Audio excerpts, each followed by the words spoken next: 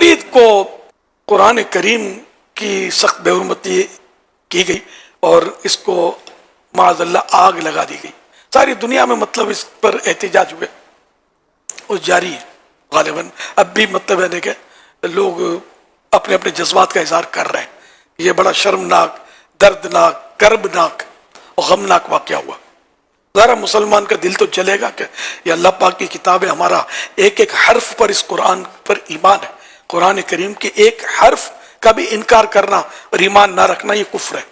تو یہ پورے قرآن پر ہمارا ایمان ہے، ہماری مقدس کتاب ہے. تو اس پر ظاہر ہے کہ مسلمانوں کو جتنا صدمہ ہو وہ کم ہے. تو ہم نے مطلب اپنا کچھ عرصے پہلے بھی ایک شرارتی خاکے کے تعلق سے ہم نے فیضان جمال مصطفیٰ مساجد کی تعمیر کا اعلان کیا تھا اور بنی بھی کافی بنی ہے الحمدللہ. تو اس بار یہ ذہن بنایا کہ انشاءاللہ دعوت اسلامی کی مجلس خدام المساجد دنیا بھر میں بنام فیضان قرآن 540 مسجدیں بنائے گی. یہ قرآن کریم میں 540 رکوع ہیں یہ بنائے گی عاشقان قرآن کے تعاون سے. تو عاشقان قرآن اب میدان میں آئے اور پیغامات بھیجیں کہ ہم بنائیں گے.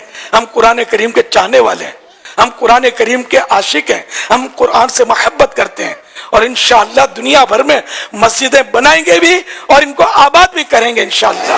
فیضان قرآن انشاءاللہ الکریم.